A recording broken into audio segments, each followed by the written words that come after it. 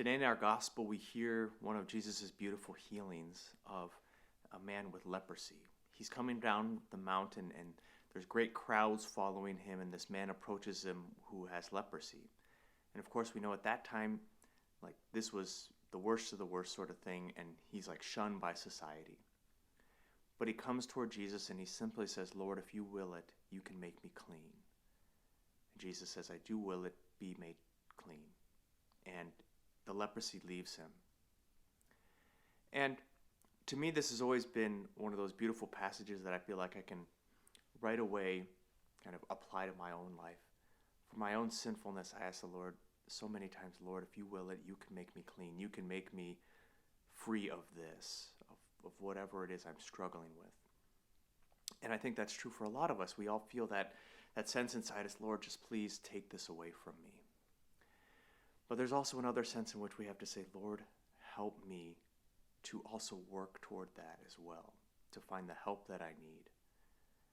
And I think today, in our day and age, there's something that a lot of people have, a lot of Christians have, and that is a certain sense of a lack of motivation or maybe it's a lack of understanding or a lack of care for Jesus and for what's happening in our world today.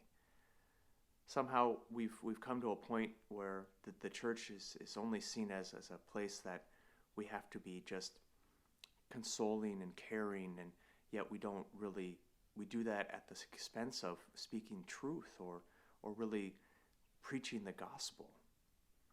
And we live in a time now where the faith is being more and more persecuted, that it's becoming something that's less and less tolerated in public squares. And I think it's coming to a point where we can't sit on the sidelines anymore. We can't continue to acquiesce to what's happening around us. We have to be able to speak out and to live our faith out loud. And I think that's something that a lot of us, we all need cleansing from this sort of sitting back and saying, "No, it's not important," or "That's not my job." Today we celebrate the feast of the first holy martyrs of the Roman Empire. That after there was the burning of the city of Rome, the Emperor Nero used the Christians as a scapegoat, and so he tortured them and killed them for his own pleasure. These are the first martyrs, some of the first martyrs of the church, who were willing to die for their faith. Are we willing in that same way to essentially to die for Jesus? Are we willing to do the same so that we might live out our faith, live it out loud? Lord, please cleanse us of anything that seeks our own comfort over our call to serve you. That is our greatest calling, and we cannot shy away from it anymore.